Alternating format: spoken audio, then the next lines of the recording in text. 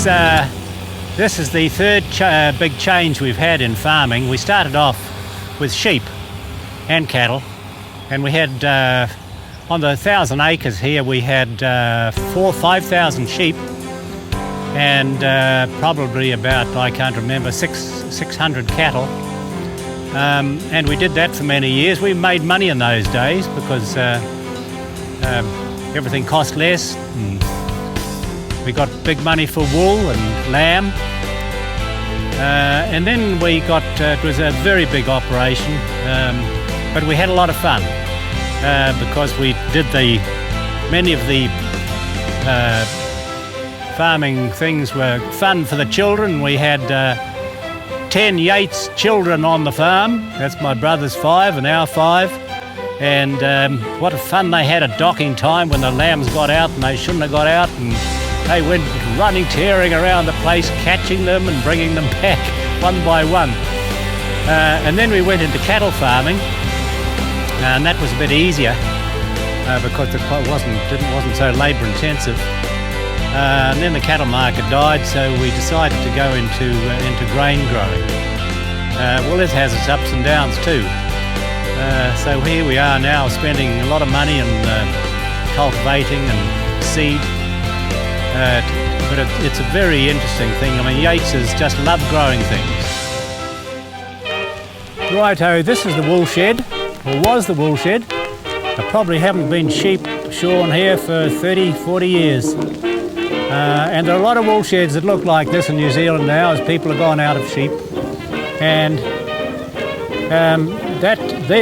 those windows and the doorways underneath, that's where the sheep were shorn, and they came down into these pens, and they were counted out of those at the end of each run.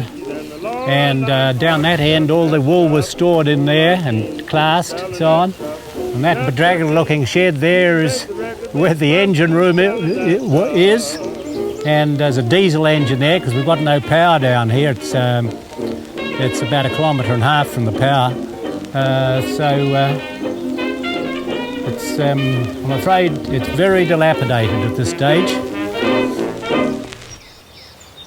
Oh, this is the original home on the property. It's called Hilltop. It's not really what you'd call a hill, but it's the highest point around, and it's over 100 years old, and it's been altered at the back, put on a couple of bedrooms and put in a big swimming pool in front, and it's a lovely old home. And my daughter Philippa McCann lives here now, so we've got her husband and 3 boys in this house. Now Jared wants me to explain this tractor. It's a fine old tractor. It's, I think it must be about 30 years old, and it does most of the work we want to do, but my grandson who works on the farm, he thinks a very expensive new one would be much better for running around because it's got air conditioning, the other ones of course, and heating and television and everything, DVDs or GPS and every other thing you can think of. And he likes to go down the farm and turn on the TV. But they're certainly great tractors. Well, now this is a dam which was built back in 1930 by my grandfather to reclaim an estuary of the Manukau Harbour, which goes right away back up there for about 2.5 kilometres. And it's a wonderful piece of land in the summertime when the rest of the country is dry, and it's always green down here. It was quite a feat to build this. As you can imagine, in those days all they had was wheelbarrows and horse carts and a little railway line going up and down. It's 250 metres long. It's quite a considerable thing for those days.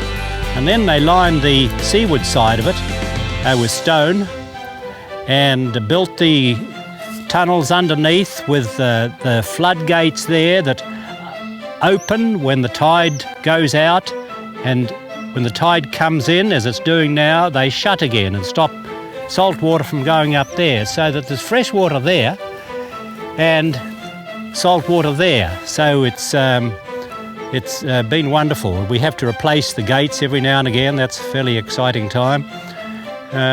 But otherwise, it's been wonderful. And all the stone and rock that was bought from the other side of the Manukau Harbour, from Wiri, in my grandfather's barge, towed by his launch. So it was quite a feat. My grandfather came over in 1888, and he bought 8,000 acres here, right back towards past Pukekohe, and then he was the first great subdivider in New Zealand, I suppose. He cut it all up into 100-acre blocks, not into 500-metre blocks,